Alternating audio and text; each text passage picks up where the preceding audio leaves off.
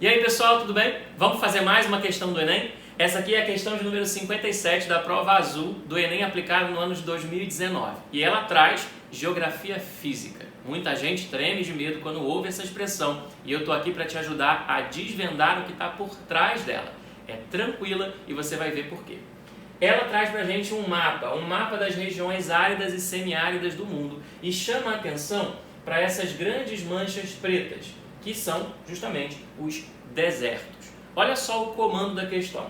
No hemisfério sul, a sequência latitudinal de desertos representada na imagem sofre uma interrupção no Brasil, devido a uma razão. Ele quer saber que razão é essa. Então o nosso olhar está direcionado para cá. Ó. Eu tenho aqui desertos, eu tenho aqui desertos, eu tenho aqui desertos, mas ao longo aqui do sul e do sudeste do Brasil eu tenho uma interrupção desse padrão espacial de desertos localizados ao longo dessa latitude, que se repete também no hemisfério norte. Repara só, desertos, desertos, desertos. Ou seja, existe uma tendência à concentração dos desertos ao longo dos trópicos.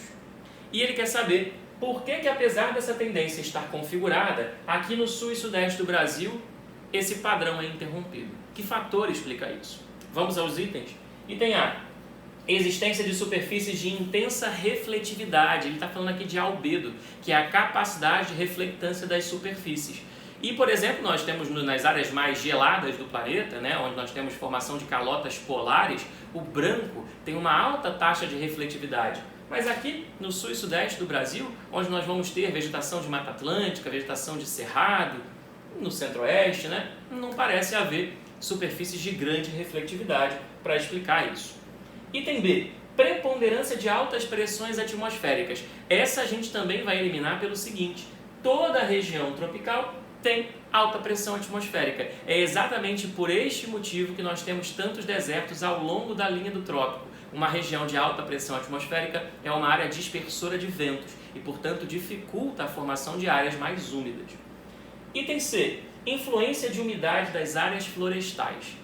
Provavelmente você já ouviu por aí um papo sobre rios voadores da Amazônia. Aliás, tem um vídeo no nosso IGTV, gravado pela professora Luísa Aguiar, falando exatamente sobre os rios voadores. O que são esses rios voadores? Ó, aqui no Oceano Atlântico, na altura equatorial, nós temos a formação de uma massa úmida, a massa equatorial atlântica. Esses ventos essa massa úmida é empurrada em direção ao continente pelos ventos alísios. Na região amazônica, nós temos a formação de uma outra massa continental, mas muito úmida, a chamada massa equatorial continental, que se soma a essa grande umidade trazida dos oceanos.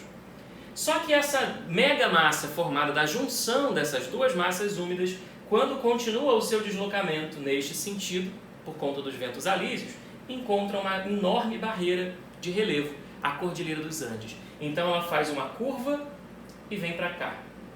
Essa grande umidade trazida para o sul e sudeste interrompe a capacidade de formação de desertos característica dessa latitude. É esse o nosso gabarito, mas como a gente já sabe, vamos ver por que não os demais.